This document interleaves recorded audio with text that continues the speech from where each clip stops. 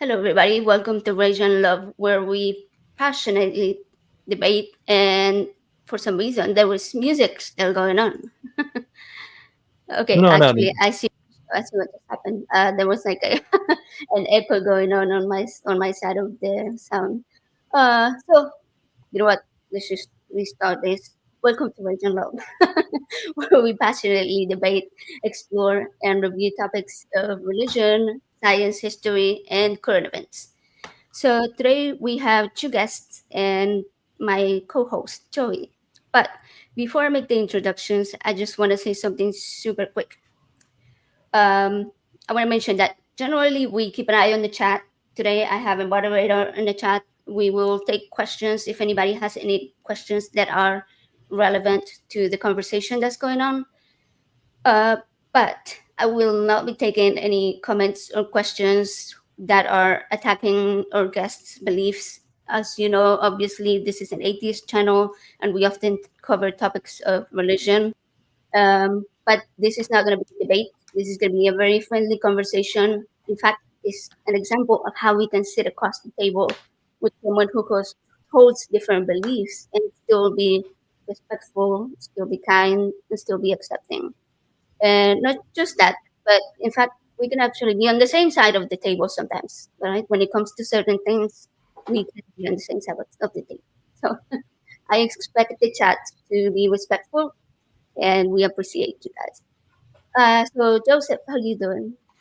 Hey, good to be on the show again. I know I'm vacant and away quite often as your co-host, but hey, I'm here today, and looking forward to some great conversation as always. And yeah, looking forward to the show. Right.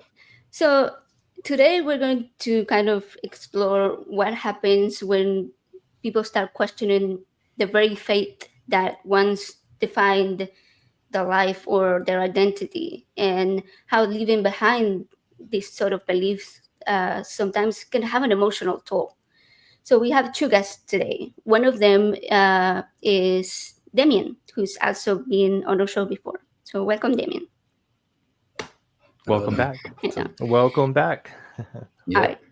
Thank you for coming on. And Tim is a former evangelist who used to be, I believe, a worship leader who is currently still a theist, but no longer part of the high control and fear based world of evangelicalism. How are you doing, Tim? Welcome to the Good. show. Thank you for having me on. Really cool to be here. Yeah, hey Tim. Awesome. Yes, it's really exciting to have you. Tim, tell us just a little bit about what you do. Like, where can people find you? Because I know where to find you. Have found you to come over here. So, Oh, yeah. I mean, the long and short of it is I started an organization kind of by accident a couple of years ago called the New Evangelicals. And people can find me on those accounts, Instagram, TikTok, podcast, YouTube. And I also have my own personal public, content under the name at Tim Whitaker Speaks. So, yeah, you can go to either one, but they're pretty consistent as far as the messaging. nice. That's cool. Yeah. So, when I first heard about you, it was from Truth Wanted. Mm-hmm. So I had just been on the show like 2 weeks before you were on, I think. And so when I saw you come on, I was surprised because Dan was like, well, we have a guest who's a theist. And that was kind of unexpected of Truth Wanted. So I was moderating the chat. I became a moderator for Truth Wanted and all the other ACA shows. And I can tell you that people were surprised, but not in a bad way. It was like extremely positive response from all of the people that were watching. I don't remember seeing any kind of negative feedback. In like people enjoyed your interactions with the callers, your very progressive views. So I would like to know: were you nervous about doing that kind of show? No, not at all. I mean, I go to Christian nationalist mega events. I've met Charlie Kirk in person. So if I could talk to him and be in the belly of the beast every year, talking to a more atheist crowd that would share the same values I have around like how we love our neighbors and how we think about human flourishing. And of course, there's always nuance, but the general thoughts are largely the same. I wasn't that nervous at all, because I lost the need to convert people like a long time ago. You know what I mean? So, like, why? I mean, we can argue for fun about if God exists or not. It's a great thought experiment, but ultimately, what I'm more concerned about is how are we loving all of our neighbors? And whether you're an atheist or a Buddhist or a Christian, I'm not super concerned about that part. You know, it's more about the actions behind it. Wow, I like that. That's really a really good way to view it. Yeah, I feel that because when I first started in the atheist community, there was a lot of like, you hear the calls, and it seems really like a kind of like a fight rather than a conversation. And I was like, you know what? I want to have conversations. I don't want to fight with people. I don't want to like uh, push people away. I would like to be able to sit at the same table and have a respectful conversation. And one thing that I really do like about Truth Wanted, especially Dan, is that he is such a friendly person. And I think that he made this show really easy for you to be on it. And like, I did not sense any kind of tension or anything like that. It was a really great show to watch. Yeah, I had a great time. It was a lot of fun, and you know, I think that when people realize that I'm not here to try and convert people to see the quote unquote truth, it's like it kind of disarms, you know, the nature of like, oh, like the, you know, the Christian guy coming in, because let's face it, right? Especially in America, like the modern evangelical apologetics world is so focused on like convincing non-believers why they should convert to the truth of Christianity. But I think as I dug into just the realities about the Bible and faith and theology, I realized that it's not a science, it's a conversation. So it's a different way of thinking about things. You know, I'm not going to argue for the existence of God the same way I would argue against a flat earth, because one, we could objectively prove, like we can actually measure and do math and demonstrate why that position is false. But God is a conversation that humanity has been having for thousands, maybe millions of years, you know, about what this God is like, and what this God might or might not be doing, and all the problems of evil and chaos. And so the idea that I'm going to convince someone who wouldn't hold my position to come to my side because of quote unquote objective truth around God, kind of a fool's errand, I think, long term, you know? Yeah, I feel the same way. I've given up on that idea of like trying to convert people or be like, hey, you know, you believe and you're wrong. Like, no, like I actually like to have the conversations now and be like, hey, you know, like let's share why we both believe what we believe. And in the end, it seems like it is the same reason. We both want better for other people. Yeah, exactly. Ultimately, like you say, our neighbors, right? Like we may word it in a different way, but we ultimately want the same thing. We all want basic human rights to be respected. Exactly. I mean, I would say that Jesus teaches me to love my neighbor as myself. You might get to that same conclusion through a different method, but the value is the same, you know? Right, Yeah. exactly, yeah. Well, that's the thing. And Oh, go ahead, AJ. I'm sorry. no, go Well, ahead. I was just gonna say, like, you know, a lot of times when you're discussing religion, like I have some family members that if we start discussing religion, they say don't talk religion at all because we can't agree on it. But like AJ said, I mean, it should be an open discussion. You shouldn't get offended. You shouldn't be offensive when someone else is expressing their view or a different viewpoint. But it seems like we always put up our guards where we don't want to have that open type conversation. Mm-hmm. Yeah, I totally agree.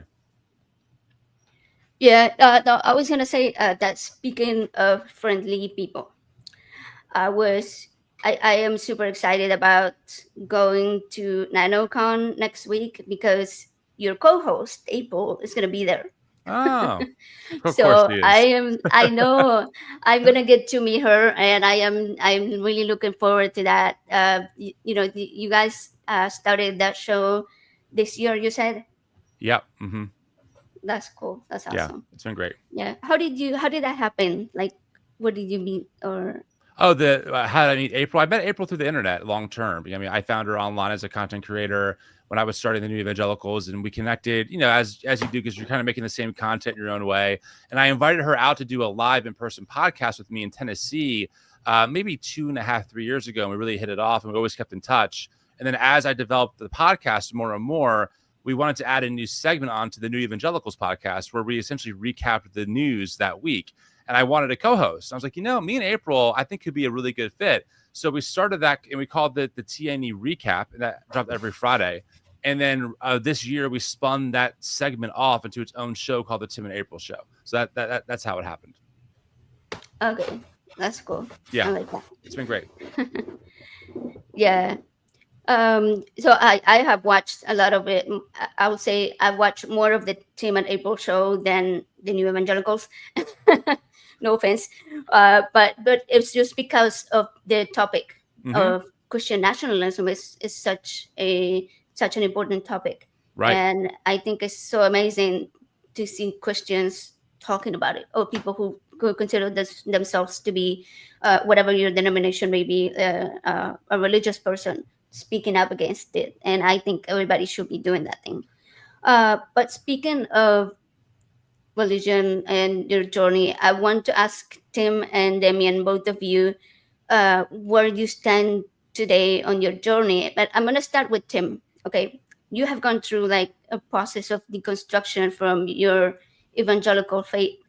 But when I hear the word deconstruction, and I think this is because I hear it from fellow atheists, I usually think of like leaving your faith completely, which is, can be a process. But what does that word mean to you specifically, personally, like deconstruction?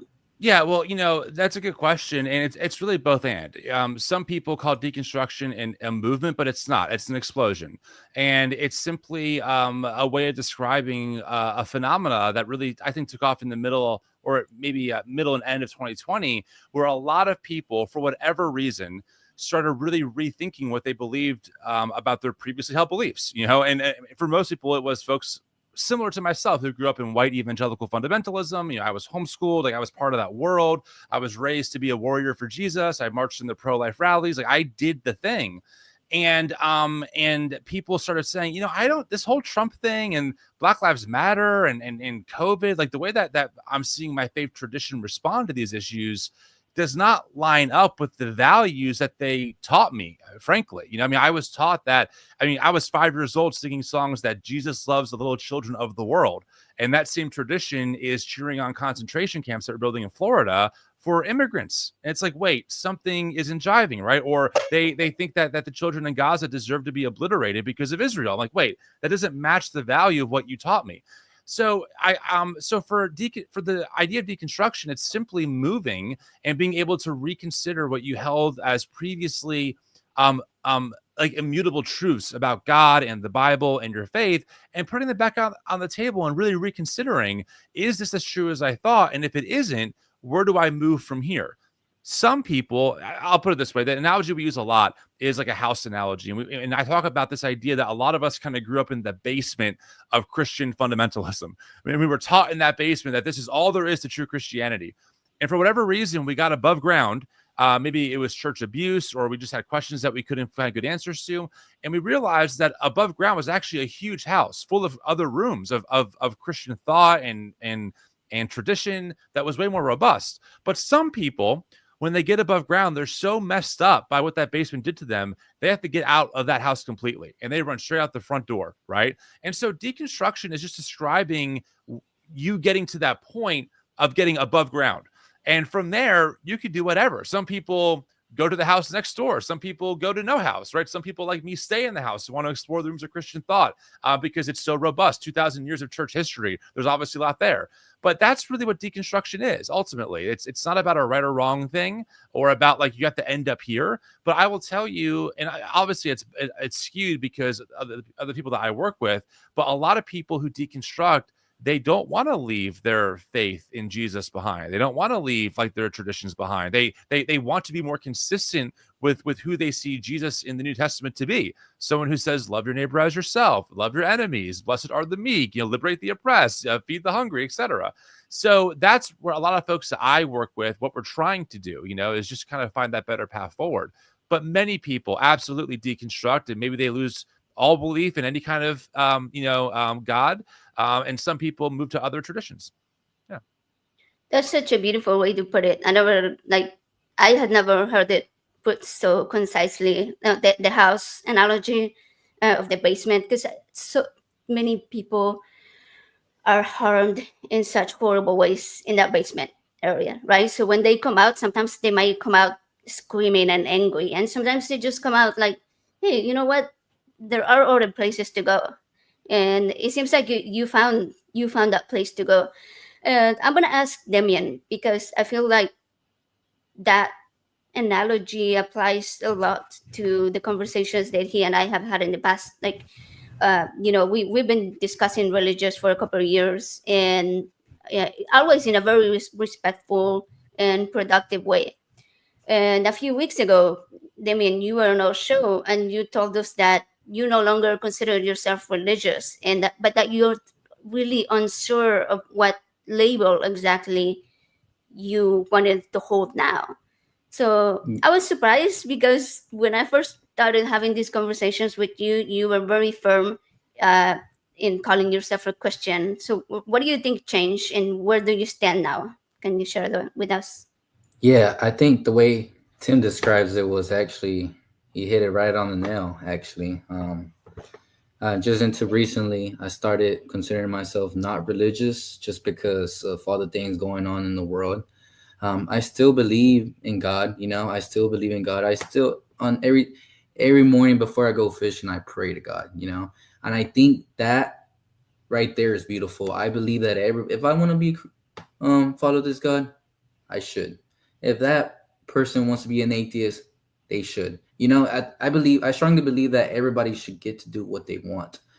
But now that I realize that I'm not religious anymore, I have realized that, well, religion shouldn't be in politics whatsoever. Like, there's no excuse to put religion into politics, because there's a bunch of other people in the US. There's Muslims, there's atheists, we're so diverse, and everybody should have the freedom to believe in whatever they want. But don't put it in politics, because once you put it in politics, you're affecting everybody that's not in your circle. Yeah. Yeah, that's true. That's true. I mean, we've talked about the separation of church and state, so much on this channel. uh, but I wanted to clarify. Tim, let me ask you.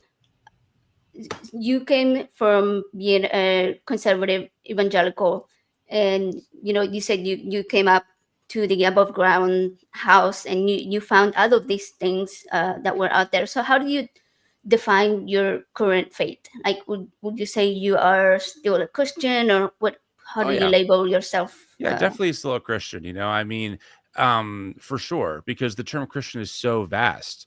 It's humongous. Eastern It Orthodox, is. Catholicism, Protestant theology, and then inside of all of those is a universe each in itself of tradition and schisms and beliefs and theologians, right? So I think what's important to remember, and this goes for anything, this goes for atheism, for any religion, but like, it's always bigger than just someone's experience, right? Because there's more going on there. I'm sure even in atheist circles, I mean, I wouldn't know for sure. I would guess that there's even some dissent in different ways of thinking about, how atheism might or might not function. I've seen more hardline atheists versus more, open. I've seen it before, right? Now, not on the same level, because Christianity is a major world religion. But my point is just to say that, anything is more complicated than just one person's experience in that thing.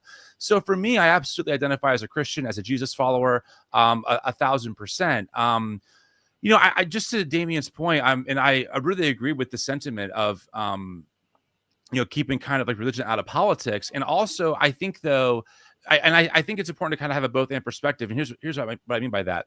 Obviously, I don't agree with or would ever promote the idea of any religion having preference or being recognized as a state religion, whether it was Christianity or anything else.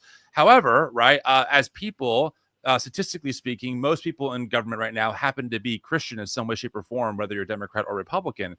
But I think the difference between Christian nationalism, which I know we'll get into later on, and like just maybe more progressive Christianity, or even like a Black liberation theology that MLK used to justify the liberation, right, of Black bodies under the rule of white supremacy, is that the idea behind how I would advocate for human rights in the name of God would be universal.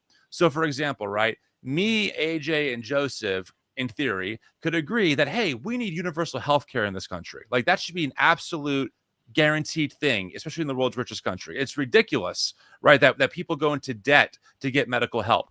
I could say as a Christian, I'm motivated by the command to heal the sick, right? But Joseph and AJ might get there through a whole different method.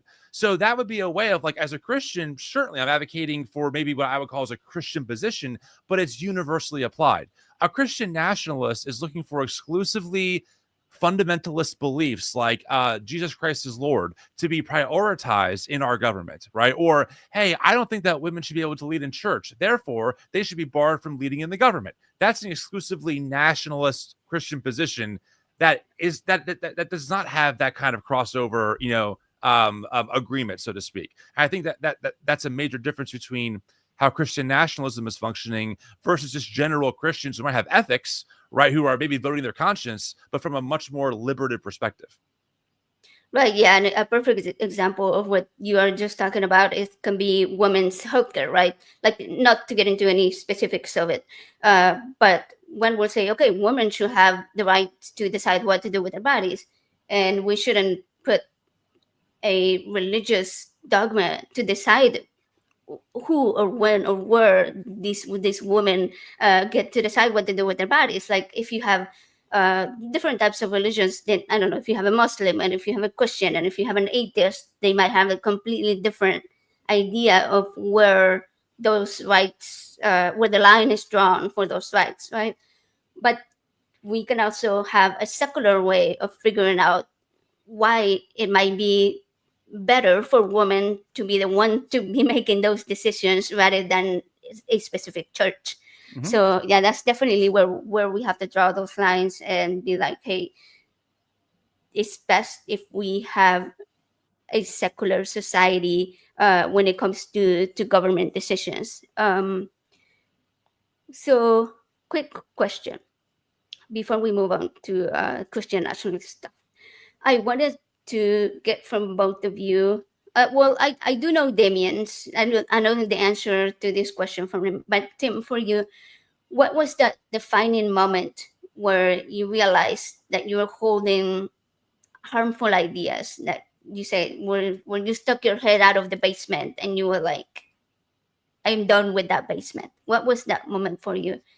Feel free to share like any specific ideas that you were holding on to that you have left behind now. Yeah, well, I mean, I would say that it was a moment. It's kind of like death by 1,000 paper cuts, I think, in a lot of ways, where you just have these questions that kind of accumulate and the answers that you're given become less and less compelling by that basement. So, I mean, one easy example, I was 18, very conservative, and I met my first ever gay coworker. And I was like, oh my God, I've been warned about, the gays in my church, right? That's the perspective. I'm like, what do I do with this? And I met him. His name is Joey. I can share this story publicly because we still keep in touch. And, he completely shifted my perception of what I thought a gay person was. I'm like, oh, like Joey is a human. He's like a normal human. And he's an atheist. So I'm like, oh, now I'm double screwed. He's an atheist and he's gay. What do I do with he's this? Trying to convert you. I can't believe it. Right. But, it turned out that, he volunteered in his city and he was super empathetic and like he liked hardcore music like I did. And that was the first moment where I realized, I think that like my tradition is really picking on gay people. They're picking on the sin of being gay. Now, again, at the time, I still believe that the Bible taught that being gay was sinful, but I started noticing that it was kind of hypocritical in how evangelicals would apply sins like that versus maybe the sin of greed. Right? Like, I don't get it. We're not talking about greed at all, but we're talking about the gay people. Like, it seems like it's kind of hypocritical. So you can say I started as early as back then, just kind of noticing some of the inconsistencies. But I think, and this is a very common one, I think the moment where the dam really broke was when Trump came on the scene. And I was like, wait a second, right? Like, you're telling me, and don't forget, for those listening, maybe who might have grown up in church, there's a really heavy emphasis on sexual purity, right? You're just taught as a young person, do not have sex until you're married. God won't honor your marriage. God won't honor your life. If you want to serve in church, you have to be sexually pure. There's always caveats. And by the way, like, I did that. Like, me and my partner waited until we were married to have sex for the first time. Like, we did the right thing because we believed those convictions that we were taught. It was really jarring seeing my old Sunday school teachers who raised me on that ethic on Facebook being like, Donald Trump's my guy. I'm like, you mean the guy who's yelling about grabbing women by the you know what, and who's posing on the cover of Playboy magazine, and who's on his third marriage? I thought biblical marriage was between one man and one woman for life. All of a sudden, it doesn't matter because it's Donald Trump.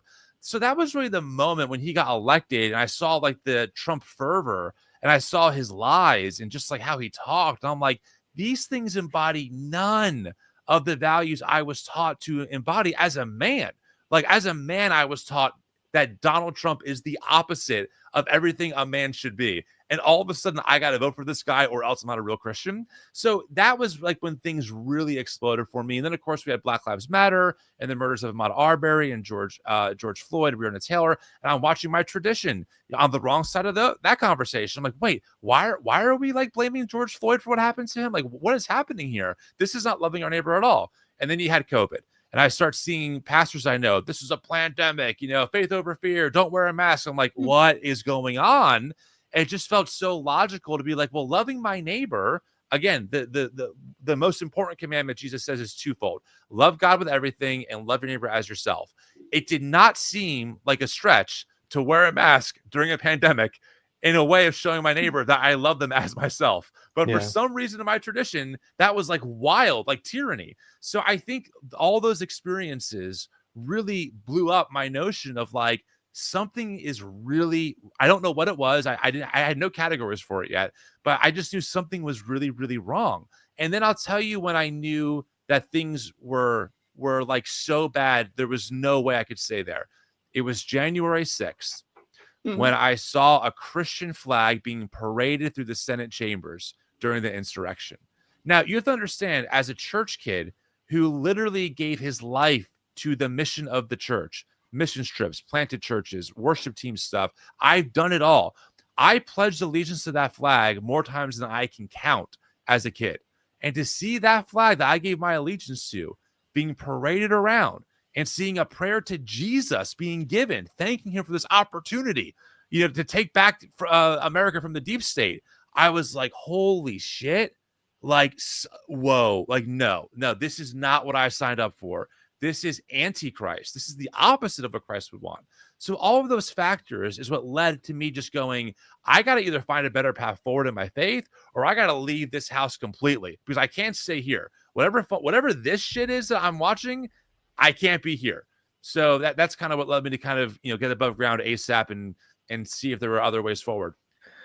So you do see, like, I have a question for you, I guess. So in terms of, what is your view in terms of how religion can be used as a power tool in politics? That's kind of seems like what you, from what you explained, I kind of get the feeling that it's the power sense of it being used incorrectly to be able to sway a population's view for a political what's the word I'm looking for, to advance the political political advancement of a political ideal or agenda.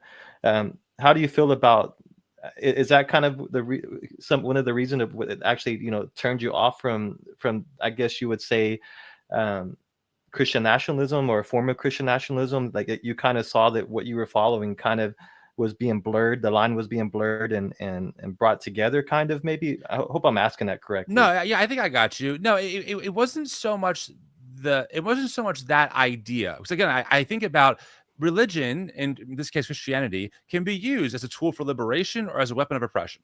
Right. I mean, again, the same Christianity or the same Christian house that MLK and the early abolitionists said, we're freeing the slaves and segregation's got to go, has also been weaponized by white evangelicals to say, sorry, God demanded the races stay separate. They're reading from the same set of biblical texts, right? So there's not this objective clarity. There is this, how do you want to use this tool? Religion is powerful for many reasons, right? Whether it's true or not is besides the point. It's powerful. And it'd be one thing if there was a Christian tradition that was like, look, guys, as Christians, let's make a push to get affordable healthcare done. Oh, great. That sounds awesome, right? But it was how it was being used. It was being used for dominance. It was being used to overwrite the religious freedom of other religious groups, my Muslim neighbor, my atheist neighbor, my Buddhist neighbor, etc. And it's more about realizing that this is a movement based on Christian supremacy, right? We have an objective moral truth that no one else has. And God has given us a divine mandate to take over America, to rule on behalf of this God that we worship. Right now, we have thoughts when other religious ideas or fundamentalists do that in other parts of the world. We call them yeah, extremists. yeah, But yeah, suddenly here it's like, oh well, they're just Christians. No, these are yeah. Spot Christian on. extremists, you know. So that was more, I would say, now of what my concern is. Yeah. Okay, yeah, Yeah, I feel like you just said, religion or anything can be used as a tool for either good or bad. If you think back to when they created the atomic bomb, right? Like scientists were just trying to advance science and trying to show what they could do with what they had learned, and the government used it for a completely different purpose than what the scientists thought they were getting. So yeah, you can use pretty much anything as a power tool to harm others. Exactly. So you Exactly. know, you mentioned earlier that one of the things that kind of swayed you was your friend Joey, who was gay, and I feel like a lot of times we see people in very conservative spaces using the Bible and scripture to harm LGBTQ communities, and they use very specific verses Mhm. that one could interpret in many different ways. Why do you think they're not using verses like, I have one that I saw earlier and I thought, wow, that's a really good one. Is Second Samuel, and it's what it says: David loved Jonathan, and his love was better than that of a woman. What do you think they're not using verses like that, where it's basically saying that a man loving another man more than he loved his wife or something like that, like, and that should be normalized? Yeah, well, this goes back, to a couple of different factors. First off, the reality is that the Bible is not univocal, meaning it doesn't speak with one voice. It's complicated. It's often contradictory, right? In the Hebrew Bible, you have some really brutal verses that I would argue are genocidal, right? God commanding people to wipe out entire people groups. Then you have Jesus, who's claiming to be God's representative on earth. In the Christian tradition, we see him as God incarnate, telling us to love our enemies. That's a discrepancy. There's just no way around that, right? So the Bible is complicated. Like that's just what it is. It's a complicated collection of texts. We don't have any of the original manuscripts. There's been a lot of edits that have gone on, a lot of interpretation. So we have to start there. But the other thing I would say in your case is that there's actually a really good book I recommend to anyone in your audience. It's so helpful. It's called Ministers of Propaganda by Scott Coley. And it's so enlightening. And he talks about this concept called a legitimizing narrative. And what he says is that essentially, in particular with white Christian nationalism, Christians build narratives that they then try and legitimize through different means of power. So they will pick certain verses that legitimize the narrative that God has ordered the world a certain way, where straight people and heteronormativity is God ordained, and anything outside of that is God cursed. And so they'll pick and choose what verses they will use to justify that. Another topic that isn't even nearly as in the forefront of evangelicalism is, if you look throughout the scriptures, there are thousands of verses for how one is supposed to treat the poor and the oppressed. There's James 5 is a scathing critique of the billionaire. It literally says, woe to you, rich people. You are stealing wages from your workers. You are fattening up yourselves like cattle for the day of slaughter, is what it says. Brutal language. Yet that section never gets thrown around in churches towards Elon Musk or Jeff Bezos. Why?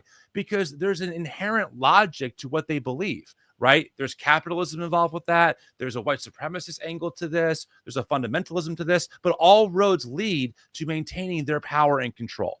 And that's a legitimizing narrative.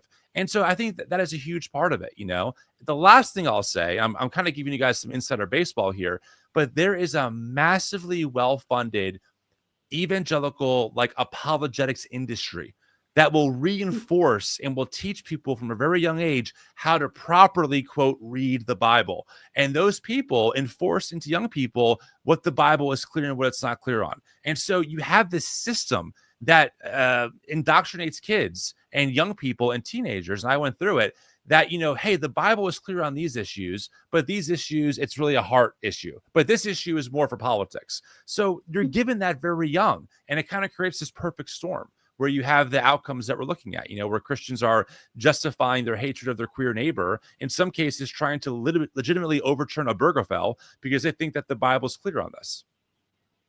Right, it seems like it's teaching exactly what to believe from the Bible rather than how to read it, how Exactly. to understand Yeah, it. Yeah, it's like so a set there's a big difference. interpretation, right? So they're basically telling them how to interpret it, even though Yeah.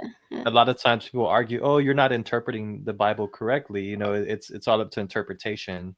That's right. I mean, everyone is someone's heretic at some point in Christianity, right? I mean, Martin Luther was the Catholic Church's heretic, and people like me are like, wow, Luther was so great, right? But back then, the church wanted to literally burn him alive for what he did. So there's always this debate, especially in Protestantism, of like who's right. And every denomination is like, we have the truth, we're Bible believing, but you have such very vast differences. Some people believe that women can be in leadership because of the Bible, and some people say no, the Bible's clear, they can't be. Okay, that's a massive discrepancy for reading the same exact book, And the last thing I'll say, I'm sorry to belabor the point, I just think it's important to say it.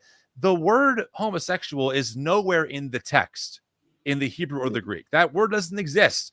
Okay. The word is translated to homosexual, started in 1946. So even that is a huge issue that most people don't even recognize. It's the same thing with hell. There's actually 4 Greek words that are translated to hell in the New Testament: Gehenna, Tartarus, Sheol, and there's one more, Hades. Those are 4 different words in the Hebrew and Greek that all get translated to hell in the Bible, but they all mean very different things. So just that layer of going from Greek and Hebrew to English already creates problems for how we quote unquote interpret what is supposedly God's infallible word, which I reject that notion anyway. But you can see how it's a house of cards. Yeah, for sure it does, and and it starts very early on, like you said. I mean, we have people like Joel Osteen over here in Houston. The massive. Well, good old Joel. Gosh, yeah. We won't even get into that, but that is how it starts and how children become indoctrinated adults. And I mean, I've really enjoyed this conversation with you because you seem so open-minded, and like it seems like your faith is such a positive and accepting and welcoming type of faith. And I wish that a lot more people were like that. I don't think we will have such animosity between atheists and theists if everybody was more, if everybody saw religion in this light. I can personally admit that I wasn't the most accepting person in the past. Like, I used to kind of hold beliefs, and I think they were partly religious. Things like, abortions are okay, but only in this situation, or like, why do transgender people want to have surgeries, or like, all that type of stuff. And I feel like the more I became the more I popped my head out of the basement, right, and met trans people and met other women who needed to have abortions for whatever reason, I opened up my heart and I opened up my mind to like realizing that these are all just human beings trying to have their basic human rights respected just the same way that I do. So yeah, 100%. But Damien, tell me about you. I told you that I kind of remember or think that I know your answer to what was your defining moment where you decided that you are no longer religious, or like what changed, what made you come to that point in your life? I think like in regards to going to church, I kind of distanced myself from church just because I did notice they were being hypocritical, and that's what drew me away from church. But I still always consider myself a Christian because read the Bible, pray to God every day, my God, but then I realized, like, these days in politics, like, they were using religion to justify what Israel did to Iran, to Gaza, and I was like, killing somebody? Are y'all okay in mind? That's just mind blowing. That's that goes against all morality. And like, how can you, like, what we're doing, the older generation, these old head Christians, they're using religion to ruin these people's lives. And that's like, it's not even about that current generation, but the future generations.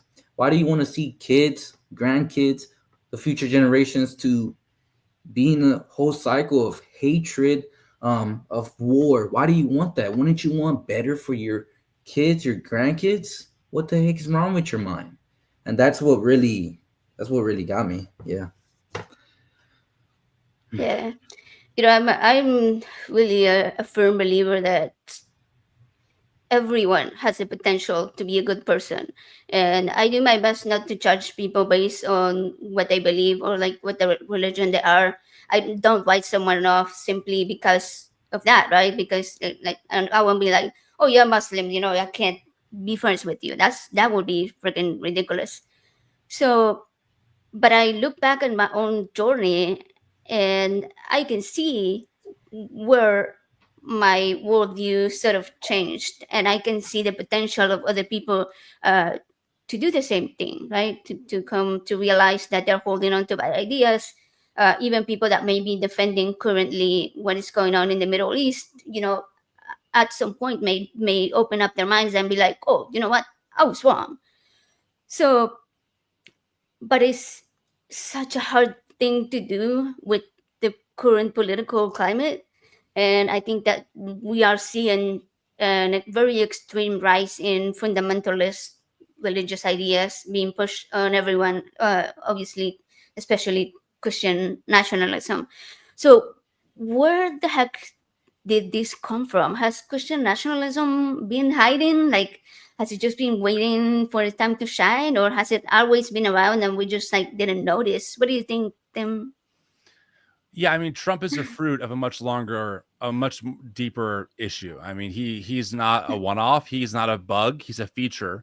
So, I mean, where do you pick up the conversation? I mean, the Crusades, or the Doctrine of Discovery. There has been a major issue in Christianity of streams of Christian thought that believe in conquering their neighbors. I mean, that's a reality of the Christian tradition, right? That is, there are rooms in the house that I don't want to ever go back to because they do a lot of damage, right? They're full of mold and toxins. Whether it's the Catholic Church saying, hey, if you discover new lands, they're yours, right? And that's what caused us to discover America and commit massive genocide. But for our sake, for context, let's pick it up from like the 1960s. So really the modern iteration of Christian nationalism really starts, in my opinion, taking shape with the rise of someone named, and it's a very funny name. His name is R.J. Rushdoony. He comes out of the 1960s, 1970s. He's a I believe Presbyterian, very conservative, and he essentially is a prolific writer. And I'm condensing a lot here, but long story short, this is someone who says that public schools are modern indoctrination camps and that Christians should pull their kids out of the public school system. He wanted to see the public education system dismantled in his lifetime.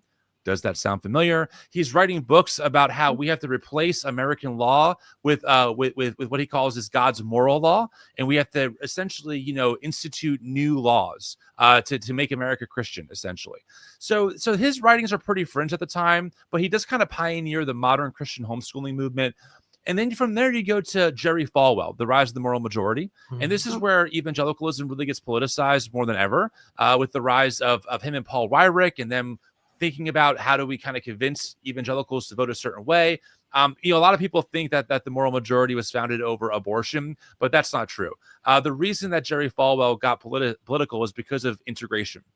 It was based on the reality that he did not want schools being integrated with Black and white students. He pioneered the private school industry. I've actually tracked the data. You can see when Brown v. Board gets ruled on, you can see the explosion, especially in the South, of private Christian schools because they were not government entities, right? So they could segregate still.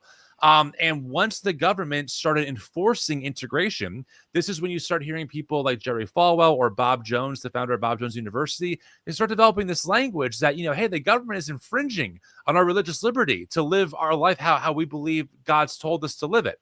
So this is where you start seeing some of this language. It's not over abortion. It's not over anything else. It's over originally integration.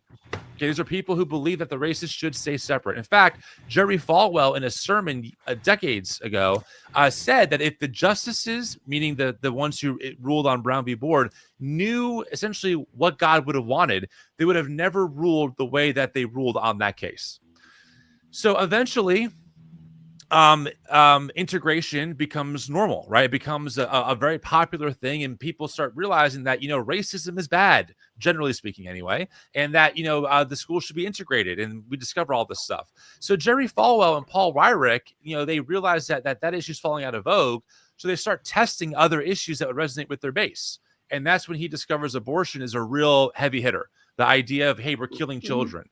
Up until that point, by the way, and again, this will shock people, even groups like the SBC, Southern Baptist Convention, one of the biggest conglomerates of evangelicals, they had a very pro-choice position as an organization. You can go through and read their early takes on abortion in this, 1970s and 80s. It was pretty much a typical pro-choice position.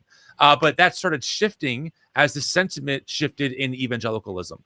So the moral majority is birthed. That becomes a huge player in politics, right? They're fundraising, they're pioneering the whole mailing system, getting people to rally around certain wedge issues. So I say all this because it's been in the works for a long, long time, And over the past couple of decades, they've been able to build really strong networks that are well-funded, that are able to reach a lot of people very quickly, and that are able to mobilize voters on any given issue. And so, when Trump comes on the scene in 2016, look, Trump is not a Christian. Trump has absolutely no moral compass, right? He's looking for anyone to give him power. And evangelicals were looking for a man who would give them what they want. And so the way we get Trump and we get the evangelical vote and again, I'm condensing so much here, so I'm just giving you guys little highlights. But Paula White, the prosperity gospel preacher, she was actually good friends with Trump decades before he ran for president. And he confided in her that he wanted to run. She was the one who brought the charismatic side of evangelicalism and those pastors to Trump first. Okay. And then your mainstream kind of rank and file evangelicals, these are people maybe like Al Mohler, who's a more like reform dude. They fell in line later, but it was really Paula White getting charismatic pastors behind Trump, and those pastors getting their people behind Trump that really started this whole thing. And then, of course, Jerry Falwell Jr. Endorses Trump, and the whole thing just kind of snowballs. But yeah, I mean, this is, like I said, it's been in the works, and Trump is just their newest Trojan horse to accomplish what they believe, which ultimately is, and then, Damien, I saw your hand up, so I'll get to you. But just to finish the thought, they believe that they have to conquer the 7 mountains of influence, or mountain. It's called the 7 Mountain Mandate. This is a guy named Lance Walnut popularized this. It's a real thing. I've heard it recited on the stage of Turning Point USA events. But essentially, there are 7 mountains of influence: business, education, family, culture, politics, government, etc. And they believe that they have to conquer all 7 mountains and rule them from the top down to essentially make America a Christian nation. Yeah, I knew that Falwell was awful, but I did not know that he was that awful. Yeah, mind blown to know that that's where it all started from. I had no idea it was based off the segregation and so forth with the school system. Well, go ahead. I mean, you had something you wanted to share? Yeah, I had a question for Tim, actually. So did these charismatic pastors nurture Trump, knowing he had hateful views, or did Trump adopt these views just for the money? What do you mean, like as far as hateful views go? What do you mean? Just being, I guess, racist, homophobic.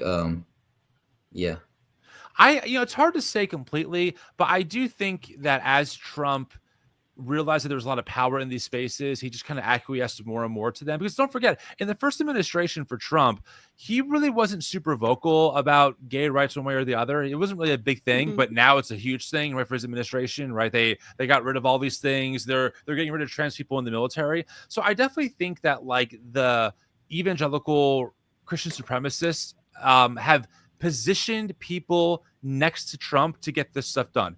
A great example, I'll give you 2 examples that are going to blow your minds. The first one is Mike Johnson. Mike Johnson is a raging Christian nationalist. He's compared himself to a new Moses that's been called by God to lead his people out of bondage. I'm not kidding you. And he's someone who has ties to the Christian nationalist world, who believes in this stuff. Believes that gay people shouldn't have the same rights as other folks, who believes in making America Christian again. The other person, and this is shocking, is Pete Hegseth. Let me explain. Pete Hegseth, okay? One of my concerns with Pete Hegseth was, I had many, obviously, but one of the biggest concerns I had with Pete was seeing during his confirmation hearing how no one asked him who his pastors are, because the person that Pete Hegseth is shaped by is a guy named Doug Wilson. Do you guys know who Doug Wilson is? No, never heard of him. No. Oh God. Okay. Buckle up, friends. And then All right, again, all right. I have sources for all of this. This is what I track for a living. Doug Wilson is a pastor. He's out of Moscow, Idaho. He is someone who has written books defending essentially slavery, saying things like, hey, there was never a more harmonious time between the races than during slavery. He's someone who believes that men are to conquer and women are to follow and submit. This man has very extreme views. Okay. He wants, before he dies, Christ is Lord in the Constitution. When 9/11 happened, he said the worst thing about 9/11 was not the planes hitting the towers. It was the ecumenical prayer service that took place in Congress that day that featured a woman pastor. There's audio of him saying that, okay? That's who Doug Wilson is. Pete Hegseth goes to a church that Doug Wilson kind of oversees in like his denominational network, okay? Pete Hegseth says that he likes Doug Wilson's writings. This is who is I could believe that. Pete Hegseth. Yeah, I could, based on how you explained this guy to be, I could understand where Pete Hegseth gets those his viewpoints and the teachings from. His extreme views on that are just crazy. Yes. And so again, though, during the confirmation hearing, no one asked him about this. Like no one, right? Because people don't understand the shadow network that's been built all these years in spaces I grew up in. I've never heard that name. And Yeah. I've read a lot about Pete. I've looked into a lot of his background, but I've never thought to look into that. So you brought up a very, very great topic and just question in general. Yeah. Yeah. Good. Yeah. Damien. Pete Hegseth is a whole another episode on its own. 100%. Yeah. Go ahead, Damien. What do you got? Question for Tim: how do we stop that? Because, like I said, as I introduce myself, I mentioned that I go fishing and I pray, and I feel like that's something that everybody has a right to do. But I also believe that there's a lot of people out there that shouldn't have the right to believe in religion, like because they're using religion for their hatred. So how do we prevent these hateful people? Well, you really can't, right? Yeah, Here's the thing. In America, the First Amendment, people can think whatever they want. Like the government cannot get into your head and police your thoughts, which is great. So Pete Hegseth can think whatever he wants. The problem is, and this is, I'm citing Andrew Seidel. He's a atheist, constitutional lawyer, good friend. And his big thing is like, look, your right to swing your fist stops where my face begins. And that's why I'm so outspoken about Christian nationalism, because frankly, if Doug Wilson wants to have a church in Moscow, Idaho, and his congregants want to believe this stuff, all right, live and let live, dude. Like, do your thing. I don't care. But the second you say, well, now we have to make it a law where, the Muslim can't worship properly, where atheists are thrown in prison. That's a real quote from one of his published authors, by the way. Wow. He believes in blasphemy laws. I can give you all these things. Then we have a major problem on our hands. So to answer your question, how do we stop it, right? I think the biggest thing that I like to do, I think is important, is education. Most people in America don't know that these folks exist and don't believe how radical they are. And when you grow up in it, you just know because you grew up in it. I sang a song as a kid called "I'm in the Lord's Army." That was a song I sang as a 10-year-old kid in Sunday school. I'm in the army of God, right? So it's just, there's a whole world that's kind of underground that is shaping this stuff. And the second thing I think we do is that we have to think about how do we mobilize politically and build some really big tents and some big coalitions that supersede if I'm a Christian or if you're an atheist or if you're a Muslim. But we have these values, right, of pluralism, of multiculturalism, of rational dialogue, of a separation of church and state, of a secular government, where folks can obviously advocate for their positions, but no one's trying to demand that the 10 Commandments get posted in public schools, right? How do we build the big coalitions to combat this? Those are the questions that I ask myself. Well, I was going to ask you earlier, Tim, when you were talking about, I guess, the timeline of how Christian and nationalism formed and how we've gotten to this point. How do you feel about how social media in general has actually been able to add fuel to the fire, to give them a better source to be able to network and grow that message that they're pushing? I mean, social media, again, I guess, is a tool that we've created that can be used for good and bad. And in that sense, I feel that it can be used in a bad sense because it's easy to manipulate people, over social media. Yeah, I mean, look, if it wasn't for social media, I wouldn't be able to do this for a living, right? So there's that. And the whole deconstruction thing, people have found each other through online. So that's a positive. I think the issue, first off, I mean, we have to keep in mind, we are the first generation in human history to have social media the way that we have it, to have technology the way that we have it, to have a brick in our hand that can literally answer any question we can think of, or now build entire systems for us thanks to AI, right? So we're in a really unique position as the first of our species to engage with these things, right? And there's also this huge tech issue. Big tech is a problem. It's huge. They're harvesting data. It's a huge issue. I think, and I'm going to get kind of a little political here, but I think that one of the biggest missteps of, I don't know, maybe Democratic and more progressive type folks is that they really missed out on social media early on. Right-wing media was really smart moving to social media very quickly, and they were really smart in figuring out that the algorithm likes outrage. If they can convince someone of something outrageous, that will make more shares happen. So they've been building, I mean, Rumble, right, is a good example. And they've been building their platforms on Twitter and YouTube and Instagram for over 10 years. The Daily Wire is 10 years old. It's over a decade old. Turning Point USA, over a decade old, right? These groups have had a lot of time to really hone in how to utilize social media really effectively.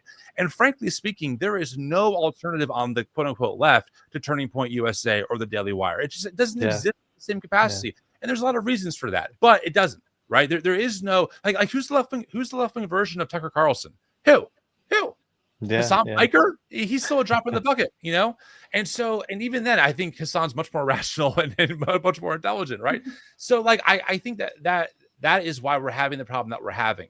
Is that right-wing media has been building their little empires and tunneling in to social media, and they were kind of ahead of the curve for the first time compared to the Democratic, more progressive apparatus. The last thing I'll say too is that we live in late-stage corporate capitalism. We are struggling more than ever. We are lonelier more than ever. We're working more than ever, and I think that social media lets bad actors give bad answers that are simple to people who are struggling. I think this is part of the quote unquote male loneliness epidemic, right? Your Andrew Tates of the world are compelling to these men because they give them simple answers that do not make them have accountability, and they blame it on other people, women, immigrants, whoever. And those are simple answers to complicated things, and the internet likes simple. So when you're dealing with complexity and nuance and texture, that's just not as easily disseminated as who you should blame? The immigrants. The end. Yeah. That's a much more compelling message in 30 seconds. Yeah, the immigrants are taking my job. Exactly. Anyway, long-winded, but a lot of layers to that is my answer. No, I like that. Yeah, I mean, they found a minority to focus on since forever. First there was people of color, then it was disabled people, then it was the gays, then it was the trans. Now it's the immigrants. It was CRT, it's DEI. There's always some there's always some new group that you're afraid of, right? That at any moment, I mean, trans people are 2% of the population tops. And we're literally, I've met people that are like, well, Trump's going to get men out of women's sports. I'm like, what? All 40 trans athletes in the U.S. That's what you're voting on? That's ridiculous. But that is exactly the point, because if you were to target a large group of people, they will fight back Yeah, the really pushback will hard, be so much more. But that's why right? we have to stand for these Yeah, smaller groups that they're attacking. You know, we have to be there for 100%. them. 100%. yeah. Yeah. And to add to Damien's to the answer that you gave to Damien about what do we do, I think education is absolutely key, but also speaking up. And it also ties up with what Joseph asked about social media. Well, is social media bad or is social media good? And I think at this point it could go either way, but we have to continue using it for good. And we can use it like you're using it as a platform to spread the message of, of love and acceptance and, against Christian nationalism. And that's what we can do, what we can continue to do. And we are using social media to build all of these communities, could make these connections, create, I don't know, nonprofits to create groups that help people get registered to vote, uh, to, I don't know, find rides to the voting booths and whatever it is that people are doing to go in a more positive direction. So I think, I don't know, I think those are things that we can definitely do. Don't lose the hope for sure. 100%. And speaking of education, recently there was Joe and I had someone that we know who asked him, "What is Christian nationalism?" And I was shocked because in this day and age, and if an adult doesn't know what that means, that's a problem. And but this is the same person that during the elections didn't know what Project 2025 was, and I wanted to mention that Project 2025 was originally created in the 70s, and it was called the Mandate for Leadership. It has since been kind of pushed to every single administration that has taken office, but it wasn't until the election in 2016 that they actually found someone that was stupid enough to to actually be like, hey, you know what, I can put this in place for you. And they started Well, I don't giving know if in you would say to the stupid request, I enough. I guess. think I think just Yeah, someone I guess. someone Hateful. yeah, hateful enough to be able to be Yeah. like, oh yeah, I don't care who it affects, but I'll go along with it as long as I can make some money off of it. Probably, I mean, fill his pockets. Yeah, I mean, it is kind of an organized plan for pushing Christian nationalist ideas into the government. And given that Trump has already managed to push forward like almost 50% of these recommendations, I think there's like 300 and something. There's like a whole tracker online that you can follow to which ones he has already put in place. Uh, regarding everything, yeah, all sort of things like dismantling the Department of Education and USAID. I don't know, laws regarding abortion, National Weather health Service. care. Yeah, exactly. The Yeah, National yeah. Weather Service. Yeah. So, how worried should we be, and what do you wish them that people understood about the implications of what this is going to mean for the future of the United States? I mean, I'm really worried. I mean, there's no. I mean, just look around. We built a concentration camp in Florida. Yeah. Think of it. I mean, and Which Florida's is paid $450 million to build that thing. How many SNAP benefits is that? How many school lunches for kids is that? Yeah. Right. So, like, Yeah. what's frustrating is that we obviously have the money. We always hear, well, we can't give free handouts. It's too expensive. We have to shrink the budget. No, they don't. They don't want to shrink the budget. They blew through. They expanded the national debt with the big beautiful bill. They funded ICE to a record amount, more than the FBI. Scary. Yeah. So, like, I mean, look, this is Christian nationalism. I mean, I keep trying to tell people, when Trump goes away, the threat doesn't go away of Christian nationalism. Like, these people, they believe that God has given them a calling to do this. This is part of a humongous plan for them. They are organized. They have a billionaire war chest that will fund them. They have all kinds of groups. There's a group, I've been to their location. There's a group in Washington, D.C. It's a Christian group that faces the Supreme Court. And every day they lob prayer arrows at the Supreme Court to try and convince the justices to vote for conservative Christian values. I've been to the house. I've looked at that house, and stuff. And they have the 10 Commandments aimed at the Supreme Court. Okay. These are groups that are deeply embedded. And again, it's not that they're Christians who are trying to advocate for policies that are human flourishing based, right? There's all kinds of groups that lobby. There's atheist groups, there's Muslim groups. That's great. Of course, we get that. This is not about that. This is about supremacy. This is about people who are saying, no, my Muslim neighbor should not be able to worship how they want. No, my atheist neighbor should not be able to be free from religion how they want. It's about supremacy. And so, it's people have to realize that. Like, we have to wake up and realize that. Now, here's the good news. There is some good news to this. Statistically, this is PRRI. They do all the data on this, Public Religion Research Institute. About 30% of Americans fall somewhere on the Christian nationalist scale, from either strongly adhere to it or they sympathize with it. Which means I was looking at that earlier. Yeah, which means that about 70% of us don't, right? So they're obviously in the minority. But the minority, when it's well-funded and gets power and erodes the rights of others, is still very dangerous. So, I still believe in the majority. I still believe that we can, that we can fight back. But yeah, I mean, Trump, it's only been 6 months. That's the scary part. That's for only 6 months. Only. Only 6 months. Like, we still have years, not months. So yeah. What worries me though is the foundation that they're going to be able to put in place, that he built on his first presidency. It's already there, so the foundation's there. Now they're building the buildings. Basically, that it's starting to rise from the foundation, and we have to be there to educate people and push the narrative to make people educated and aware of how harmful this viewpoint and agenda is to the freedom of Americans and our country as what it should be. Everybody should be able to be free. Everybody should be able to be themselves. No one should be, pushed down because, they're gay or because of this view. We should all, we if you want to practice religion, you're able to practice religion. It shouldn't be a forced thing. I'm completely 100% okay with my neighbor being religious, as long as you don't push that agenda on my other neighbor or on me. We have to learn how to be accepting and understand that the narrative that they're pushing is taken as in the wrong direction. 100%. And speaking of that, has America ever been a Christian nation? No.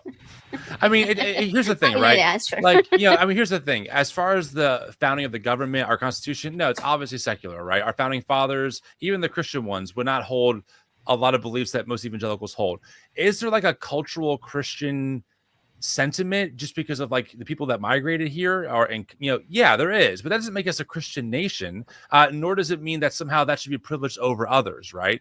And so it's just kind of both and of like, no, we're not a Christian nation, but also statistically we've been Christianized in a lot of ways, whether we like it or not, right? But again, I'm not saying that as justification for like why this is okay. I'm just saying I think it's important to be comfortable with reality, whether we like it or not, right? So yeah, it's part of the history. Exactly. And Tim, what is, do you say your organization, the New Evangelicals, is a nonprofit? Is that right? Yep. Okay. So what are you guys doing to dismantle Christian nationalism, and all of these ideas? What message would you give to other Christians? Because obviously, being a Christian is not the same as being a Christian nationalist. It's like completely different things. So why should Christians fight against Christian nationalism, and what can they do to do that? I mean, yeah, there's so many reasons to give. I'll give two. One is that it's your obligation to. This is your tradition that's doing this, right? If America had like an ISIS problem for real, I would expect my Muslim neighbors who were not radicalized to help us combat this because they understand the tradition better than I could, right? But we live in America, and so it should be on Christians to be dismantling Christian nationalism, especially the ones who helped kind of build it even inadvertently, like myself, right? And the other thing is that it's a command by Jesus to love your neighbor as yourself. And Christian nationalism wants to build new crosses for their neighbors. we have an obligation to stand against that, right? Like we have an obligation to promote the well-being of all of our neighbors. And so I just think from a quote unquote, like, Jesus perspective, a gospel perspective, there's a mandate from a sense of just justice and in a sense of we kind of created this problem. There's an obligation to stand in the gap. It shouldn't be on our atheist neighbors to take the brunt of this. It shouldn't be on our Muslim neighbors. It should be on Christians who are the first line saying, absolutely not. And also let us help you out there understand where this comes from, because again, until you grew up in it or are part of that world, it's just really hard to fully grasp all the nuance. Yeah, and I'm pretty sure Jesus said love your neighbor, but he didn't say check their papers. Yeah, right. I mean, Jesus was an immigrant. Exactly. It is really interesting, isn't it, that every Sunday, white evangelicals claim to worship a brown-skinned immigrant who lived under the occupation of empire and was killed by the state. And then the next day they buy alligator Alcatraz merch. Like the cognitive dissonance is it's outstanding. It's unbelievable, right? But this is the dichotomy that we're dealing with. Yeah, these were the same people that whenever the Black Lives Matter movement came up, they were like, oh my God, well, what about all the other lives? All lives matter. And all of a sudden, well, but only if they have papers. Exactly. Very good point. If they don't have papers, just throw them to the alligators. Well, I mean, there are people saying that, right? Like Laura Loomer literally made a joke about 65 million meals for alligators. This is the level of dehumanization that is happening in these spaces. It is mind-blowing that these folks claim to worship in our belief system, the risen Christ, the one who taught us the Beatitudes, and then they make those kinds of comments, and they don't even make a dent in Christian headlines. It's like problematic. Like, are you joking? Are you like, have you read the words of Jesus? You would be the first. If Jesus was alive today, he'd be deported under this administration. He'd be toast. He'd be gone. He'd be gone. It's unbelievable. Yeah, I don't know if you've seen the videos, but there are some content creators that went out and started asking Trump supporters whether they will allow Jesus to come if he was an immigrant. And they pretty much said, well, only if he came here legally. Right. Like, your savior. Right. You're going to check his papers. Right. Come on. God incarnate, again, in the Christian tradition, right? God incarnate. You're going to tell God incarnate he needs papers? Are you kidding me? Like, it's ridiculous. Right. There is this so there has been a lot of pushback even from some religious people. I was looking into there's one organization called Evangelicals for Democracy, who are very much against everything that's going on right now. And there is a local Texas representative, James Tellerico. I don't know if you're familiar with him. I've interviewed him twice. He's great. Oh my God. Okay. I really like him. I actually flew out to his seminary and interviewed him in person from a live audience. We brought a camera crew and everything. It's on YouTube. It was great. Yeah, I'm gonna have to check that out. Wow. I'm gonna check it out. Because I keep getting, like, my algorithm is sending me tons of messages, comments, videos from him because I keep watching them because I love them so much. Like, I really appreciate his message because I'm sure you know that recently the Ten Commandments bill passed here in Texas, and he was so against it, and he spoke so well about it, and with a very similar message to yours, like, we have to love our neighbors, and it doesn't matter whether these children in the classrooms are Hindus or whether they are Muslims or whether they're atheists or whether they're Christians.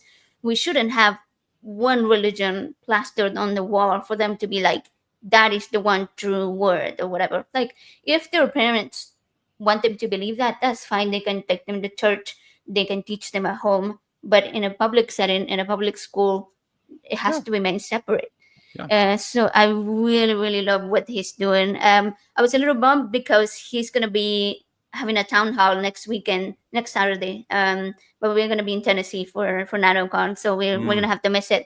And it's pretty close to our house. So I was like, what a bummer. Yeah, he's Because great. I would love to meet him. He's amazing. I mean, the good news is that there are a lot of Christians, a lot of clergy that are protesting this administration. I'm not sure if you guys saw the caskets that clergy brought to Washington D.C. in protest of the Big Beautiful Bill, demonstrating all the lives that the bill will kill. I know clergy in particular that are tied into Washington that were calling lawmakers, Republicans, urging them not to vote for the bill. So there definitely are a lot of Christians out there, many clergy, many people who, in the name of God, are like, this is horrible.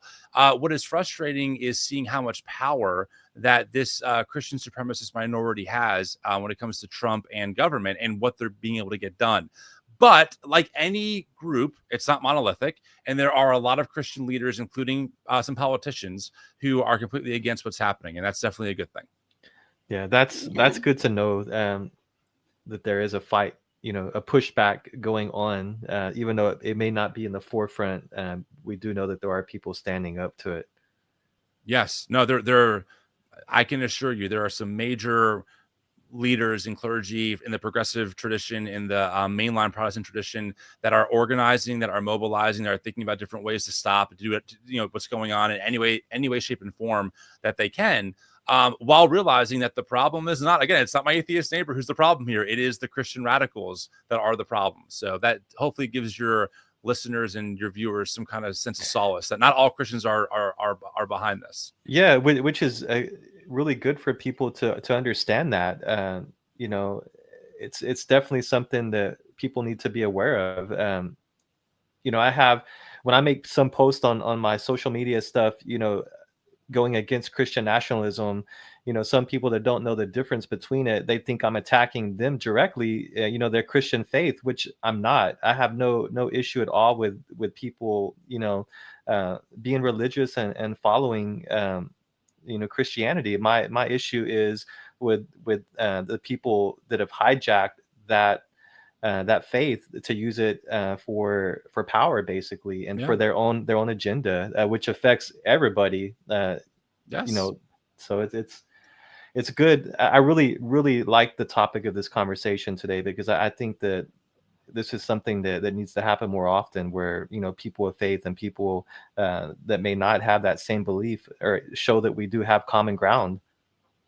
Yeah, I hope especially in red states like here in Texas that there may be more pushback soon.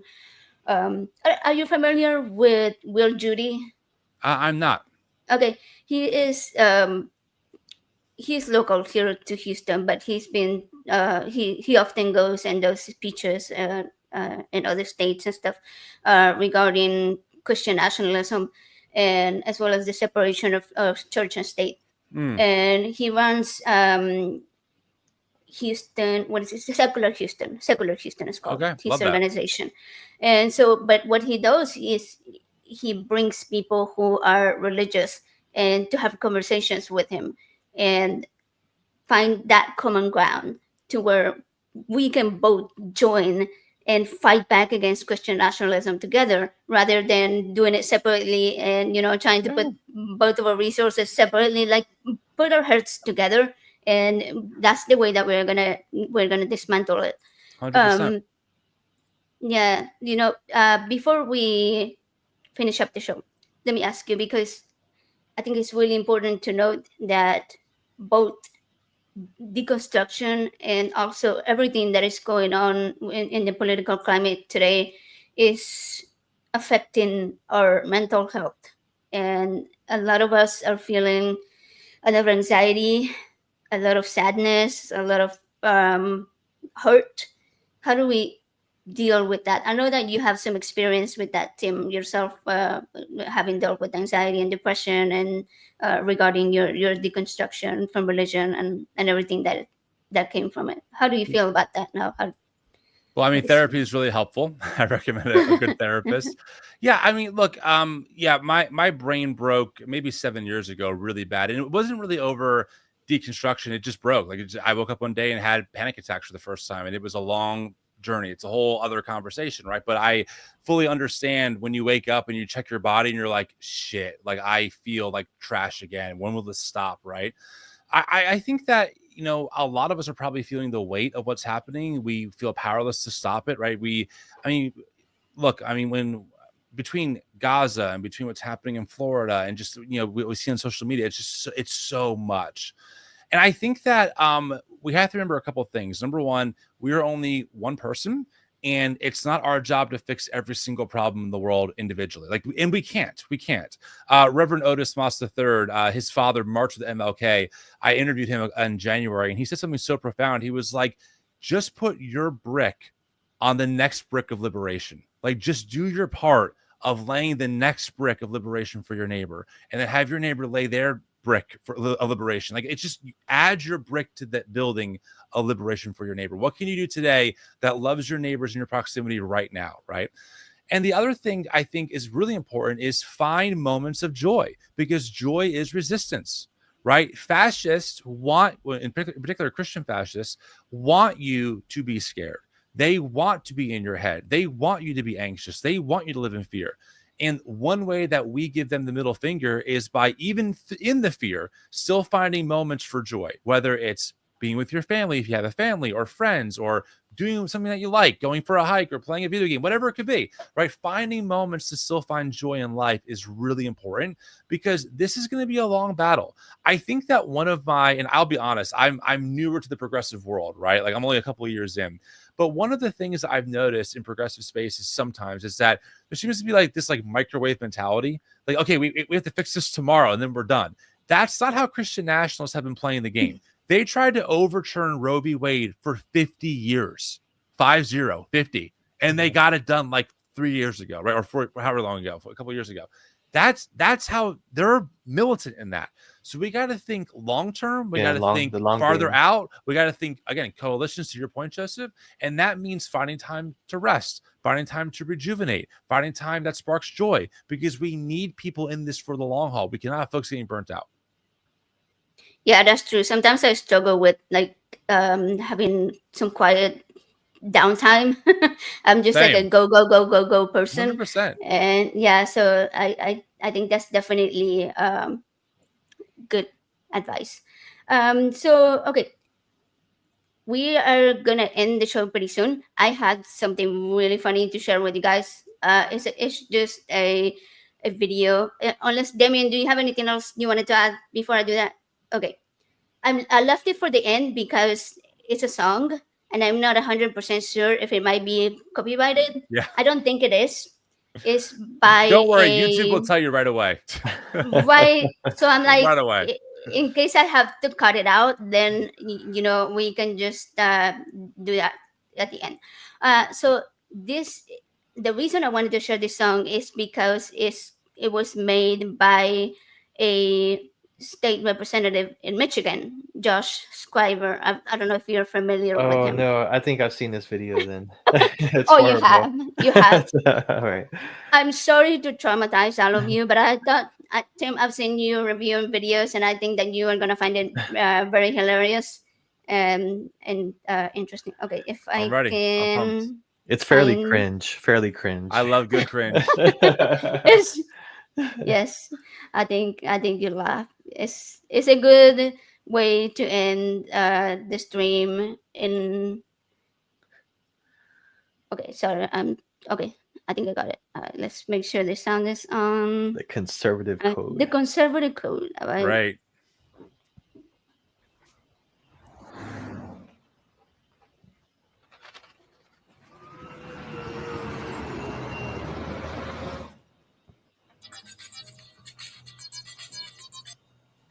Hello? Hi, this is the news. Yeah. We're calling to figure out why you're being reported as the most conservative lawmaker in Michigan. Honestly, the best thing would be for me to just show you. Show me. Okay. This guy looks like he's like 18. Two reps to this last session, yeah, I know. For you to learn my method, how I even made a song. To evaluate each bill, we stick to a code. C, constitutionality. O, obvious flaws. D, doesn't make sense. E, evaluate the consequence. I don't accept the state of things legislatively. Isn't life inside the womb a precious human being? Isn't election integrity national security? I swore to say help me G-O-D. I swore a sacred, also help me G-O-D. I swore a sacred, also help me G-O-D. G-O-D, help me G-O-D. G-O-D, so help me G-O-D. G-O-D, so help me G-O-D. G-O-D, so help me G-O-D.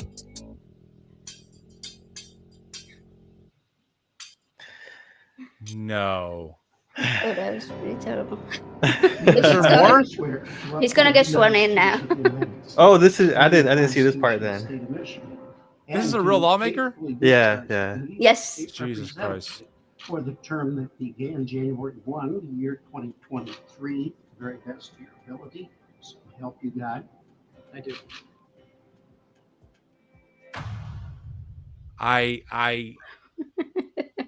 I used to be a professional drummer, and it's like hard to know where to critique that. Is it the song you critique? Is it the terrible auto tune, the lyrics, or the message? Is it The the whole obvious thing. contradiction between Trump trying to erase the Constitution for birthright citizenship and this guy being like, "No, I vote the Constitution"? Like, where do you even start? Oh Jeez. man.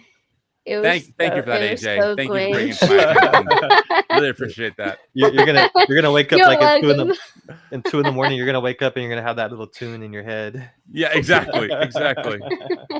Oh my goodness. Yeah, I mean, somebody showed it to me and I was like, listen, I'm traumatized. I need to share the trauma. Yeah, So I get that. Totally fair. Jeez.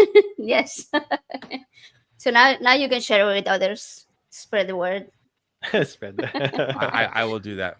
All right, Tim, thank you so much for coming on the show. This was a really good conversation. I hope that people can realize that, again, we can all sit on the same side of the table, no matter what or basic, beliefs are, supernatural beliefs, anything like that. I mean, I can believe that water is better than coffee or something, but we can still sit at the table and both have our drinks that we think are the best while still respecting the other person sitting across the table from us. And I hope that that's the message that people get from this show today. So any words of wisdom to close off the show? Joe, Damien, Tim? Thanks I for would having just me. say, keep up the fight. Yeah, that too.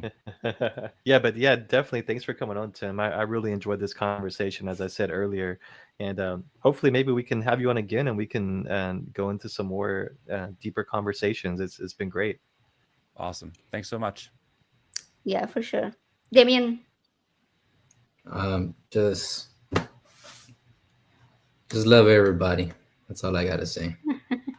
Love everybody. I like that. That's definitely the right message. And all right, everybody, thank you so much for being here on the chat. Thank you so much for being so respectful. Don't forget to like, subscribe, and look out for some more content coming up. We'll see you around. Bye.